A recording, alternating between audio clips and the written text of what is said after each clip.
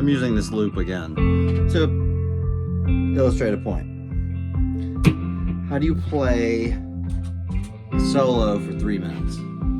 How do you keep it interesting for 3 minutes? This is not going to be original thought on the matter, but it's by playing rhythmic paragraphs, right? So watch this. I'll just play a lick, just some random lick, right?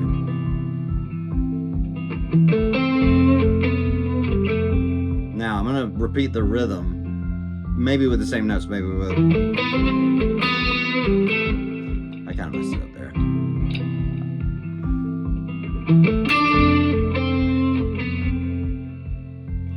I'm gonna repeat it again.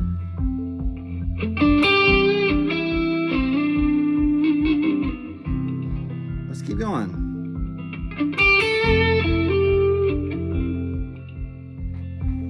Let's keep going.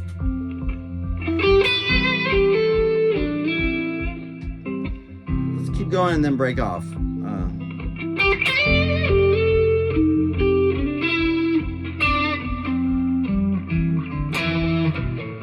Now, I just completed a big paragraph. I'm going to start with something new, right? Random lick. Right? Now I'm going to take the rhythm and change it, notes. I changed the rhythm a little bit.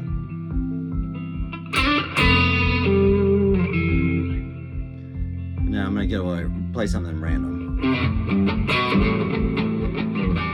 Now, I'm going to random lick.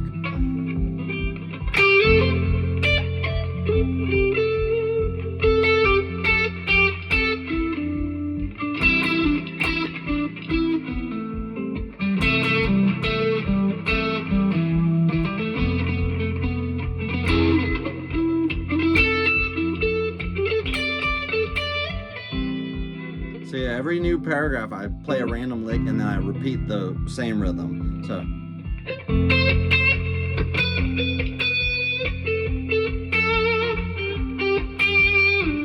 gonna take that entire thing and repeat it. Right? Random lick, repeat the rhythm.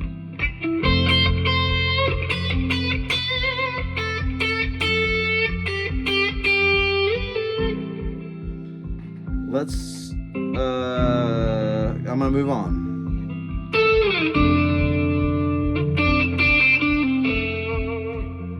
Now new notes.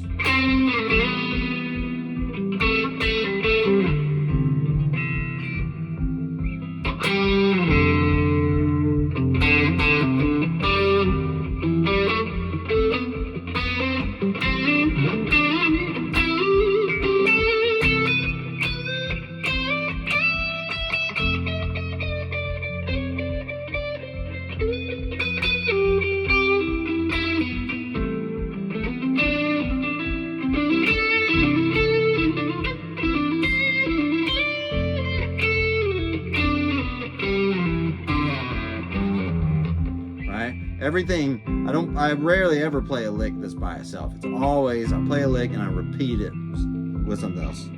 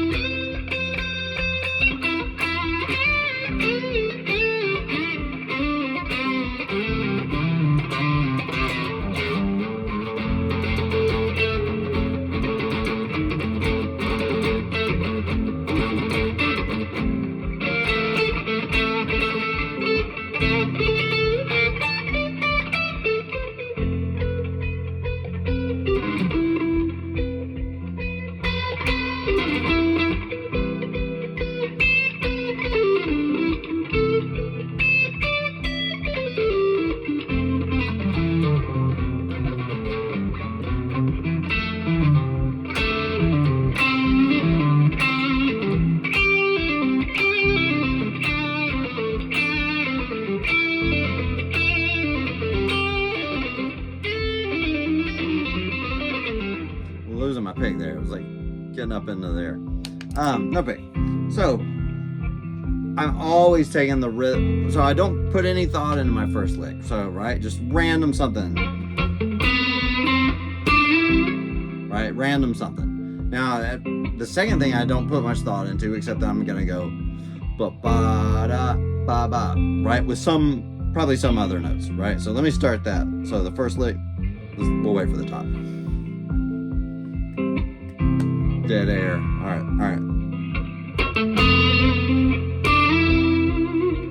right. Same thing with different notes. Same thing with different notes coming up.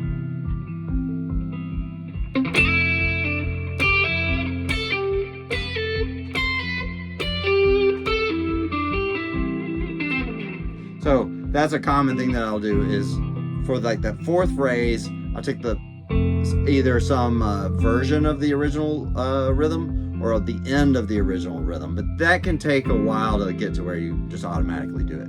For now, it's enough just to think, play a lick, repeat the rhythm with different notes, repeat the rhythm with different notes, play something else as punctuation. The you know what I'm saying lick.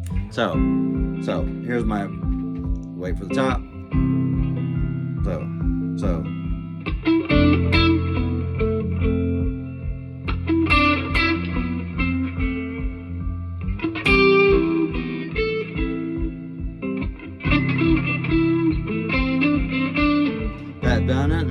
I mean, that is, you know what I'm saying?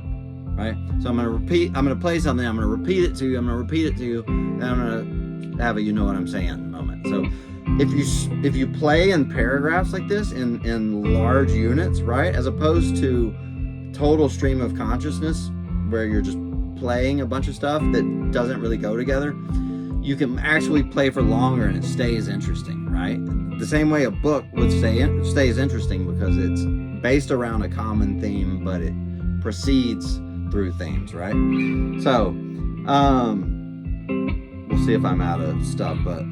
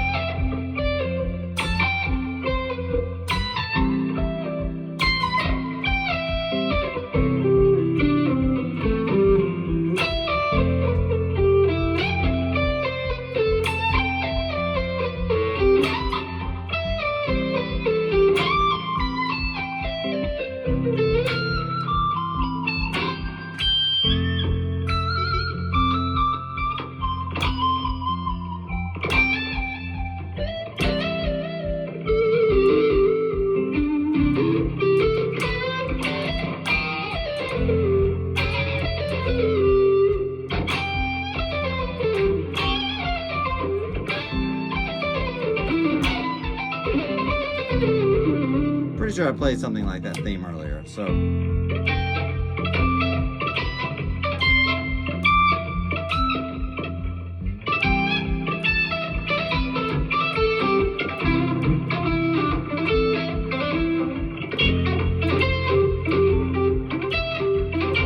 This is a hard theme to play.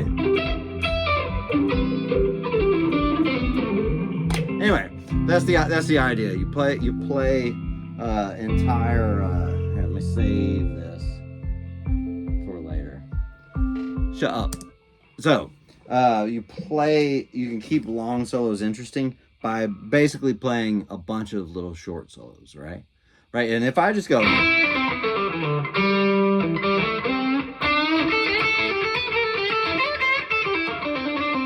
Right, and just constant stream of consciousness, then it's really hard to follow somebody playing like that, right? It's really hard to stay interested for very long, right? They're not helping you out. It's just utter stream of consciousness. So if you'll stick close to whatever it is you just played, and then after you've played it that same rhythm several times, move on to a new rhythm. But how do you move on to a new rhythm? You just play a lick. You don't have to put any thought to it. So notice at every stage of this, it requires basically no thought. Now, this is, by the way, learning to do this takes a habit, right? You're getting your brain in the habit of constantly hearing that same rhythm again, right? Of expecting to play something similar. Also, there's the corollary of, at first when you start trying to do this, you're going to play a lick and not remember what you played very, very often, right? You'll get to where your recorder's just always running. It's just habit formation like everything else, right? Well, if I'm playing, so again, the first lick takes no creativity because you just play a lick. Just play something. Second lick takes no creativity because you're just repeating the rhythm from the first lick. You're just assigning different notes to it. Generally, your third lick, you do that again. And the fourth lick, you could do it again, or you could break off into some random other thing, right? New paragraph, random lick, repeat the rhythm of that lick, repeat the rhythm of that lick, repeat, or break off into something else. So you know what I'm saying. Do it again, do it again, do it again, right? Sometimes I'll go, I think I did this already. I know I did this early on in this video. I'll do that and then decide to take that entire thing and repeat it, right? And it's... works every time. It works. The other thing is, it works on every style, right? Because I'm not the strongest jazz player. I'm not the strongest bebop player for sure.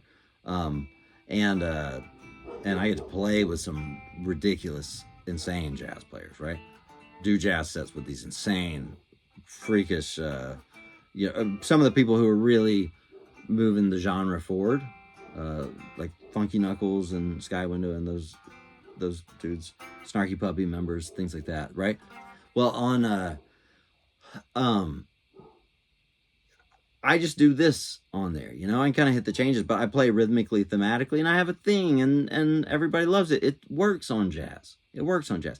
I'm not gonna wow you with any of the really hip, crazy stuff like they can. I've got a few things, but I don't sit around and practice that stuff, and they're magnificent at that stuff. But it turns out if you do this on jazz, even on very advanced modal jazz, it works great. It sounds great on that style. It sounds great on country. It sounds great on pop, rock, blues. It sounds great on everything. Rhythmic repetition always works because it corresponds to the human as the observer, right? It's what the human observer really likes to latch onto. So word.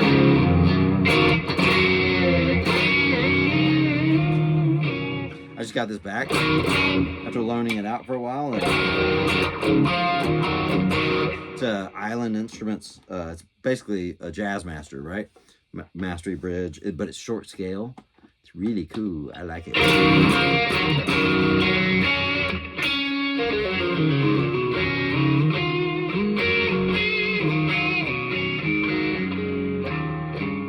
Anyway, I was saying to somebody the other day, I'm not going to be content maker guy. So when I run out of stuff to talk about, that's it.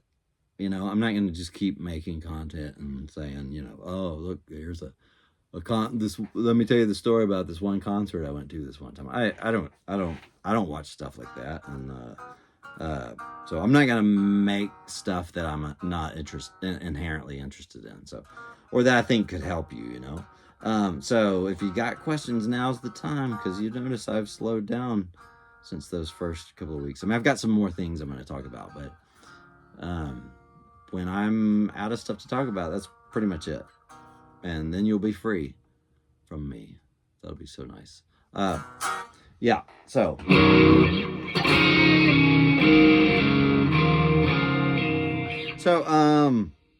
But I think I play that a lot. It's the last song on the second Fantastic Boom album. It's a.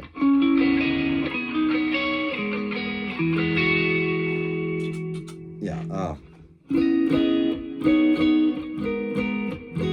actually, this was tuned down a whole so. I do that a lot, by the way. Upside down, drop D. Check this out. Sometimes I have it in tune also, but it's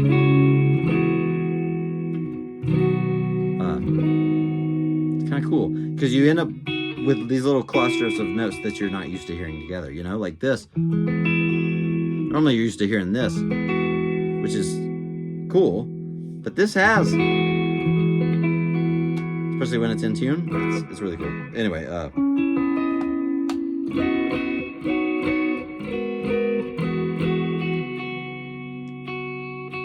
it's called I Can See Our House From Here.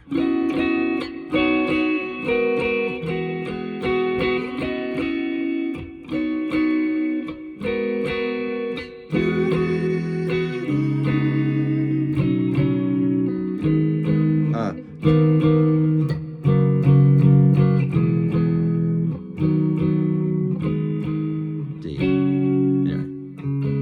Anyway, pretty cool voicing.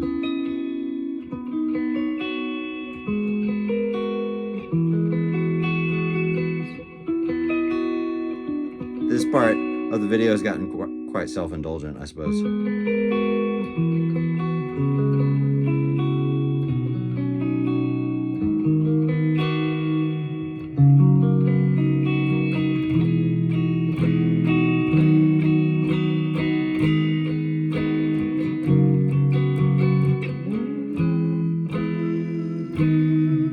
Anyway,